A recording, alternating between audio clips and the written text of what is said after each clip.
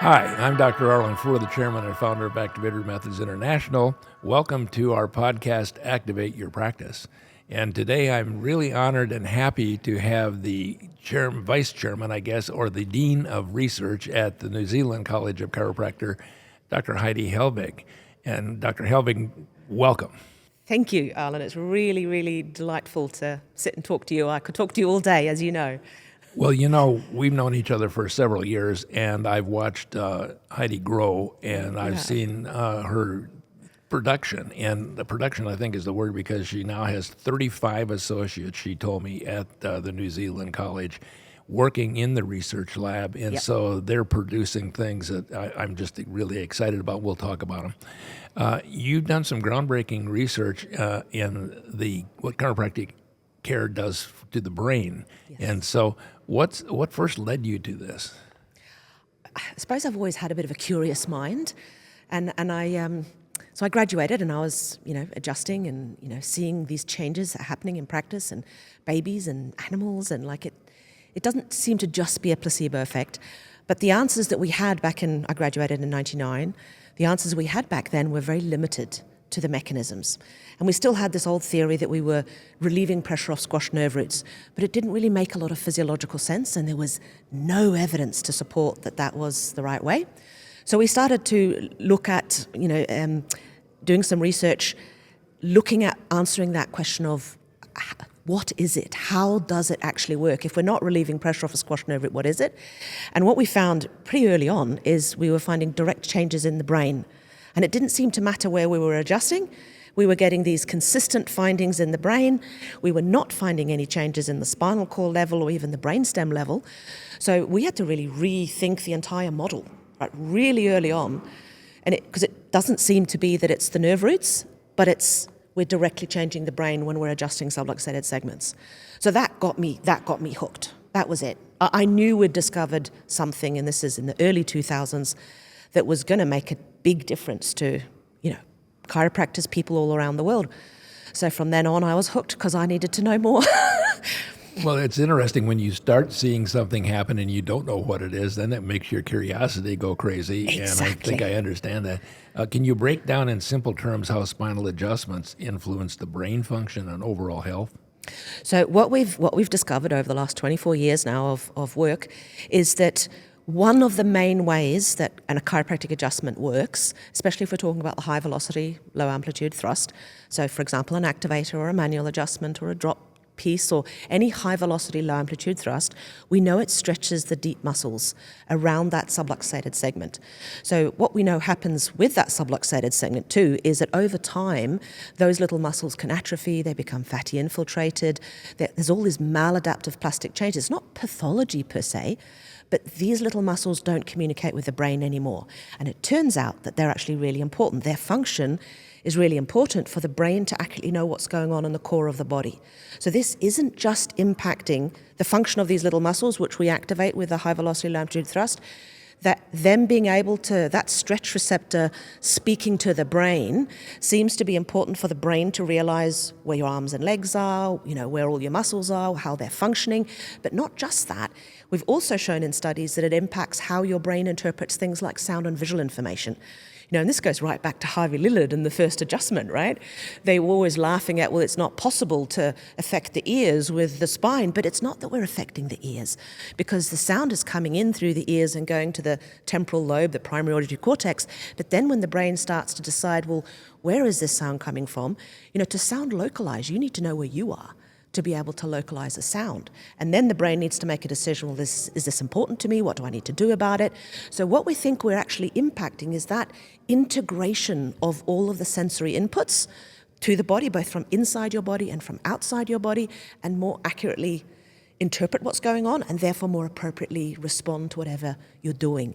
So this can impact pretty much anything, and it explains so much that we see in practice as chiropractors.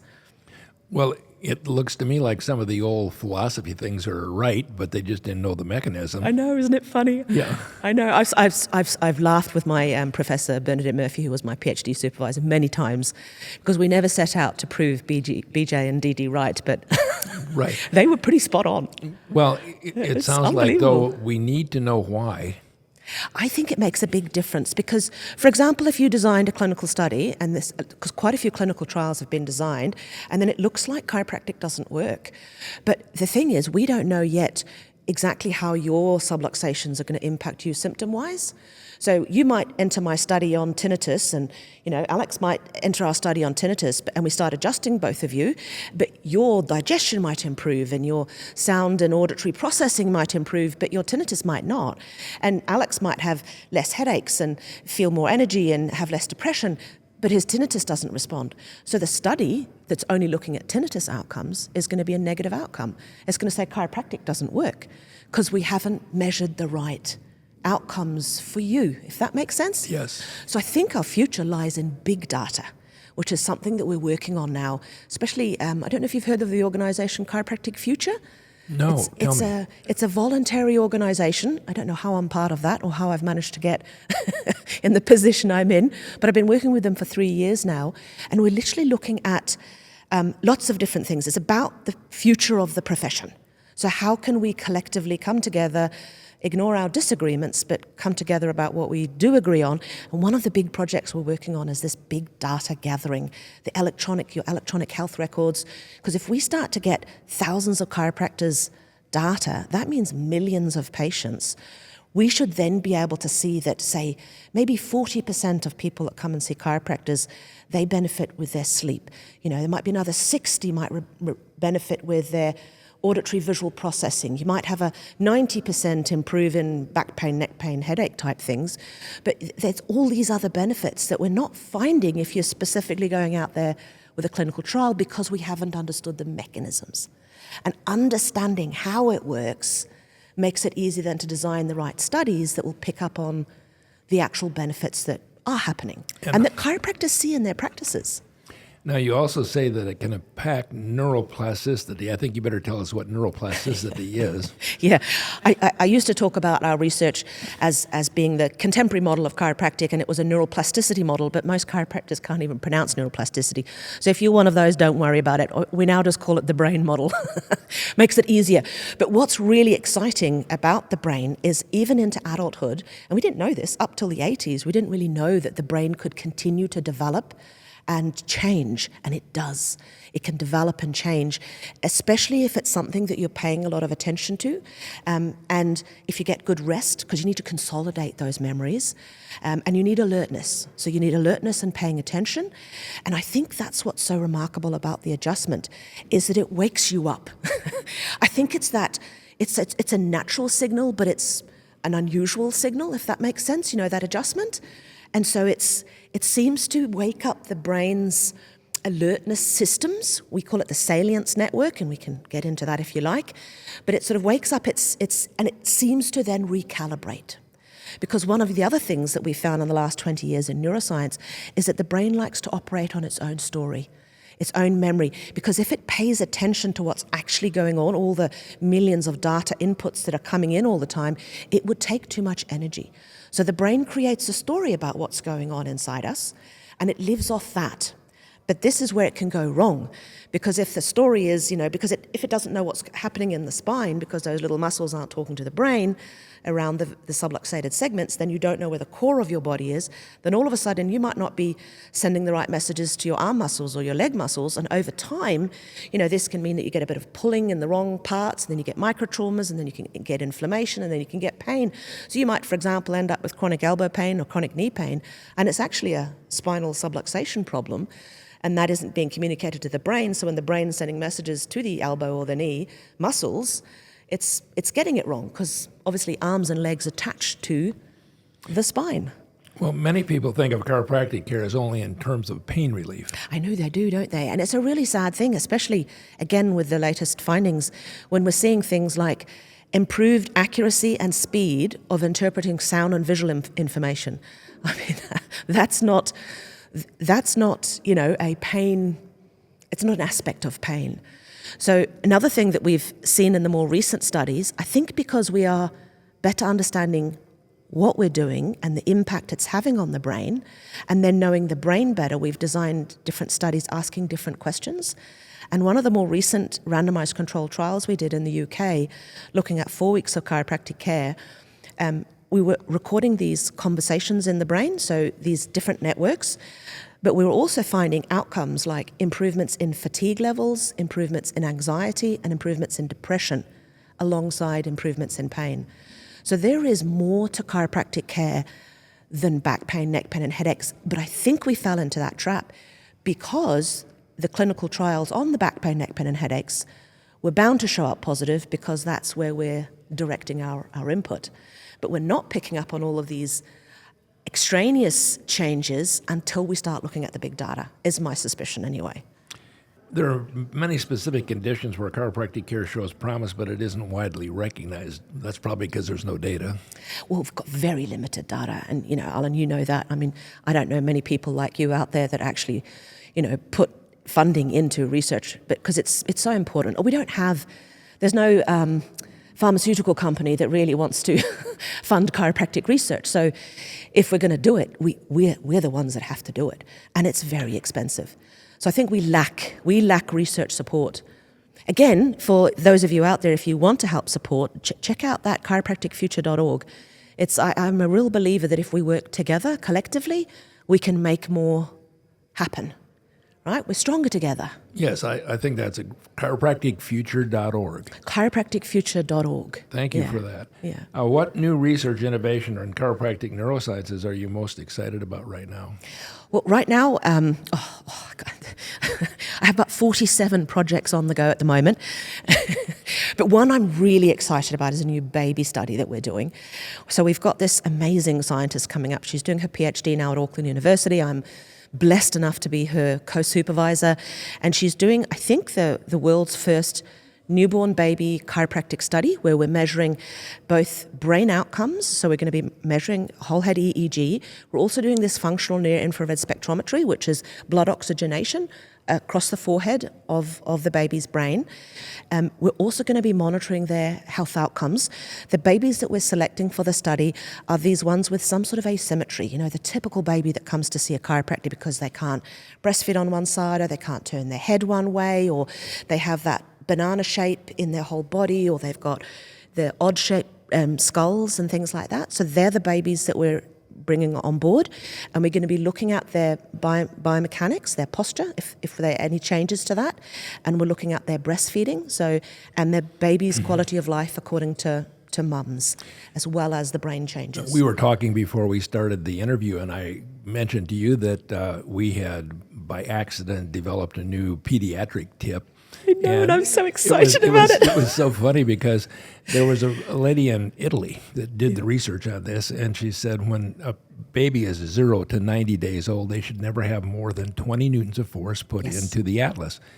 And we had just been working with Ted Carrick, putting so many newtons of force into a rat, and it happened to be 20 newtons. And so we developed a 3D printer to do the printing of the tip that would do just 20 newtons. So we're going to be sending you a Activator 5 with a pediatric tip. So this person that's doing her study, she can feel free and comfortable to use that without harming a baby at all. Yeah. So the results will be very interesting. Oh, I really can't wait, because I think that's a big deal. Like, again, because if you're not using an activator with like that, which I didn't even know existed until I talked to you today, you're not putting in the same sort of high velocity force. Correct. And reproducible. I know, exactly. That's the big thing. That's why we like to use it in our nature study, because of that reproducibility.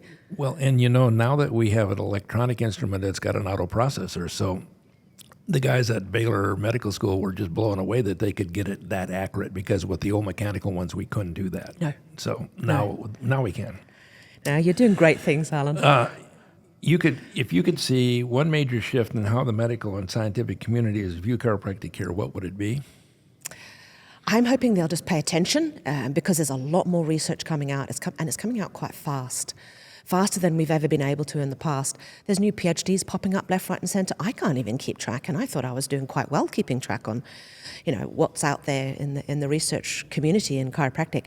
So I'm hoping that they will see at least the brain changes, because if you can see the neuroplastic effect that we have, and it's a very positive neuroplastic effect, and there's more and more of this science coming out. It's been coming out for 25 years now, but now there's more and more clinical trials coming out with the clinical outcomes alongside these neuroplastic brain changes, if they can see that, it would open up, like we've done studies, for example, I think we've done about 5 studies now, and at least 3 of them were clinical trials in chronic stroke survivors. Like, there are a lot of people out there that really need access to chiropractic care. And you'll remember the days that we were blamed for causing the strokes. Not only do we not cause these strokes, but we could have a tremendous impact in improving their rehabilitation outcomes. I took care of, for years in practice. I practiced 25 years, in a small farming town in Minnesota. And we had people come in, and they were post-stroke people. Yeah.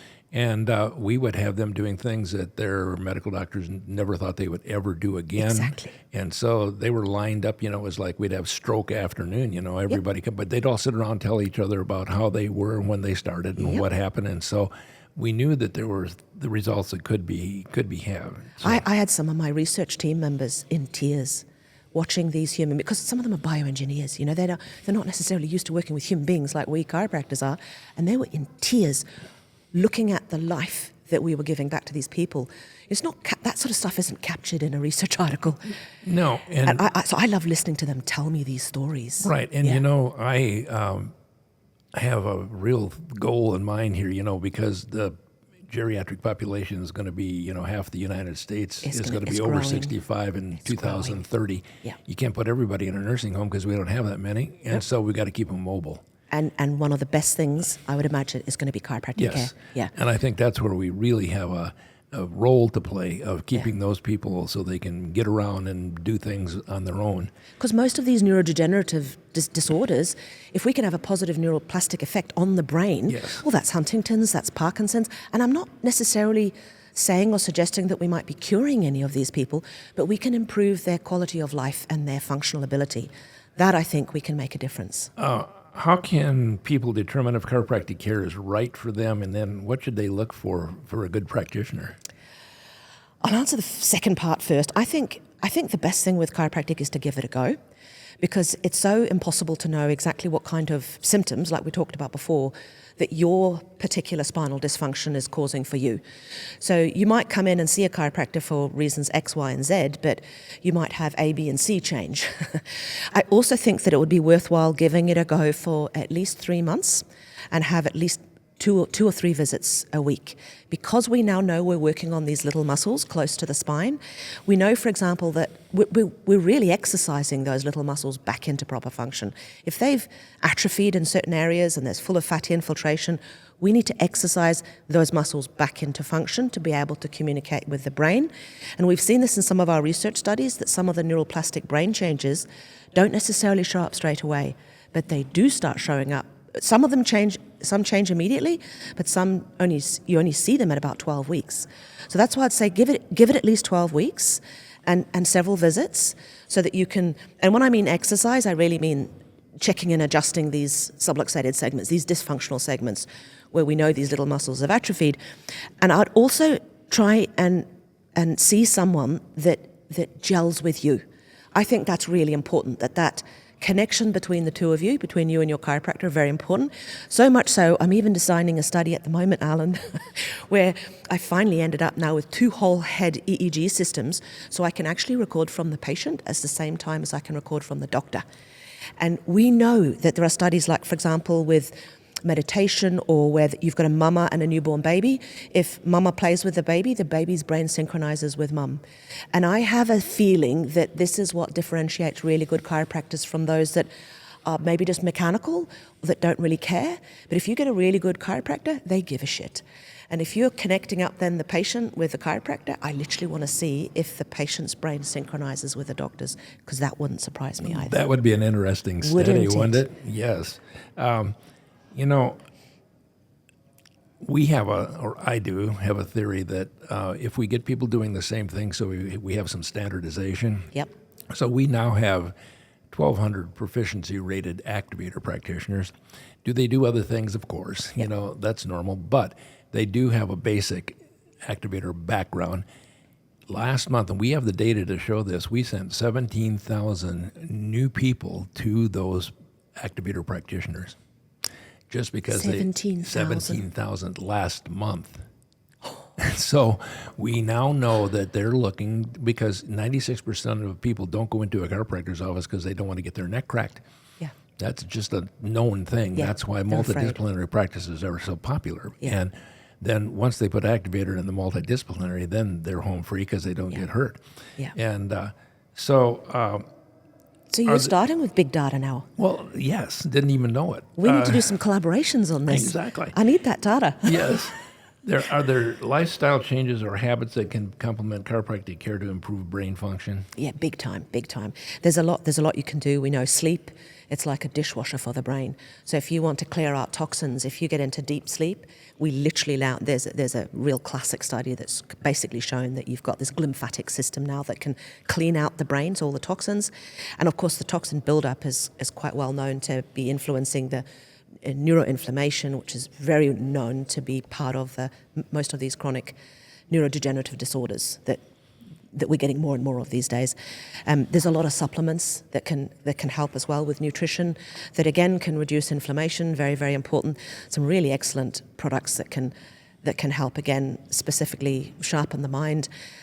Exercise, again, if you could bottle actual physical exercise, it would be the wonder drug of the century, again, for the brain, but not too much, but not too little either. So, well, see, I have a perfect solution for that. I have 2 miniature schnauzers.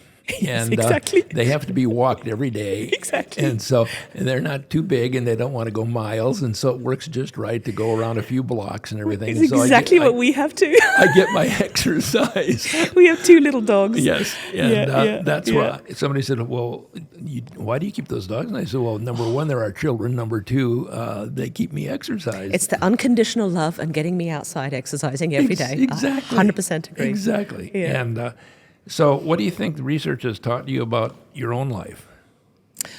Well, being a scientist has helped me a lot, I think, because I'm not very good at listening to what anyone else tells me to do. I always have to double check it in the literature. But I met this really clever functional medicine doctor, and he got me monitoring my own health with data. And that's the first person I actually listened to when he was telling me I was overdoing it. Well, my wife will tell you that I'm a hypochondriac, so I wear my watch to tell my blood oxygen level and so forth. And so everything I can measure, I have a patch so I can check my blood sugar and, everything. But, I think it's good because one of our doctors wrote a book on how to get healthy. Yeah. And the number 2 thing was quit eating out. Yes. And I thought he was crazy till I put on a blood sugar monitor because when you eat out, you don't know what you're getting. And I thought I was eating salads. Well, it was the dressing in the Dressing's salad. full of it. I know. And it would spike my blood sugar. Yeah. And I was like, holy cow, we don't even know what we're doing to ourselves. Well, it gives you that responsibility back on you, doesn't it? Yes. Well, now so I'm if you very take careful. responsibility yourself for your own health. Yes. Yeah. And I needed data for that. So I wasn't good at just listening to someone to tell me what I should do. I have to look and see what the numbers are. Yeah. Well, what do you see the future now? I told you when we were talking about I have a dream of a robotic arm going down the spine, telling where the subluxations are, and then a robotic instrument comes out and adjusts the spine. I think that's doable. Yeah. I think with well, like you said, you got enough people surrounding you that Yes. you can actually look at something like this and say it's possible. We're looking at wearable technology, and that's where I see the future. What kind? Wearable technology, so all kinds of wearable technology. It's like you're saying with your little watches, but there's a lot of new technology. Like I've got some amazing bioengineers that work in my lab in New Zealand, and there's all sorts of new technology and it's really inexpensive stuff, and it's again for the actual consumer. So this shouldn't cost the chiropractor anything. But if we can get this data from a lot of this wearable technology, along with the electronic health records, so that you're following what the chiropractor's doing, how they're doing it, what techniques they're using, with the patients giving the patient-reported outcomes, and then we're getting this wearable technology. We're even working on things like a real simple cap that you can pop on the head with literally saline sponges. So you literally wet sponges and stick them in, and you could do a 5-minute recording in your office, again, inexpensively, works with your iPhone. And from that 5-minute recording of EEG, which again your staff member should be able to do for your patients on a regular basis, it can tell you so much. It's not even funny. So this is where I think the future lies, in this big data and using a lot of the wearable technology, really sort of, low cost, inexpensive stuff. Like it can fit on your glasses or on your bra strap and things like that. That's where I think we'll be able to in the future, using AI and these smart computers picking patterns. I know there's some dangers with AI as well, but it can be utilized. Technology can be utilized, and it can give us a lot of information. So your booth, your adjustment booth, it's not too far-fetched. I just want this little thing coming down going, monitoring your EEG for 5 minutes, and you filling out a few forms, and then it can do its thing. Well, I can't tell you how much I enjoyed this interview because we were thinking like-minded here, and I think that things have come today that can work like this. We're in a day and age where we've got that kind of equipment to do the job. Things are changing. Yes, and so thank you so much. I can't thank you enough for being on the podcast, and I hope even the people out there that aren't doctors, even the patients out there, got something out of this. So me too. I hope so too. I hope you've enjoyed it, and I've certainly enjoyed it. Thank you so much and thanks for having me, doing it. Alan. Yeah, thank you.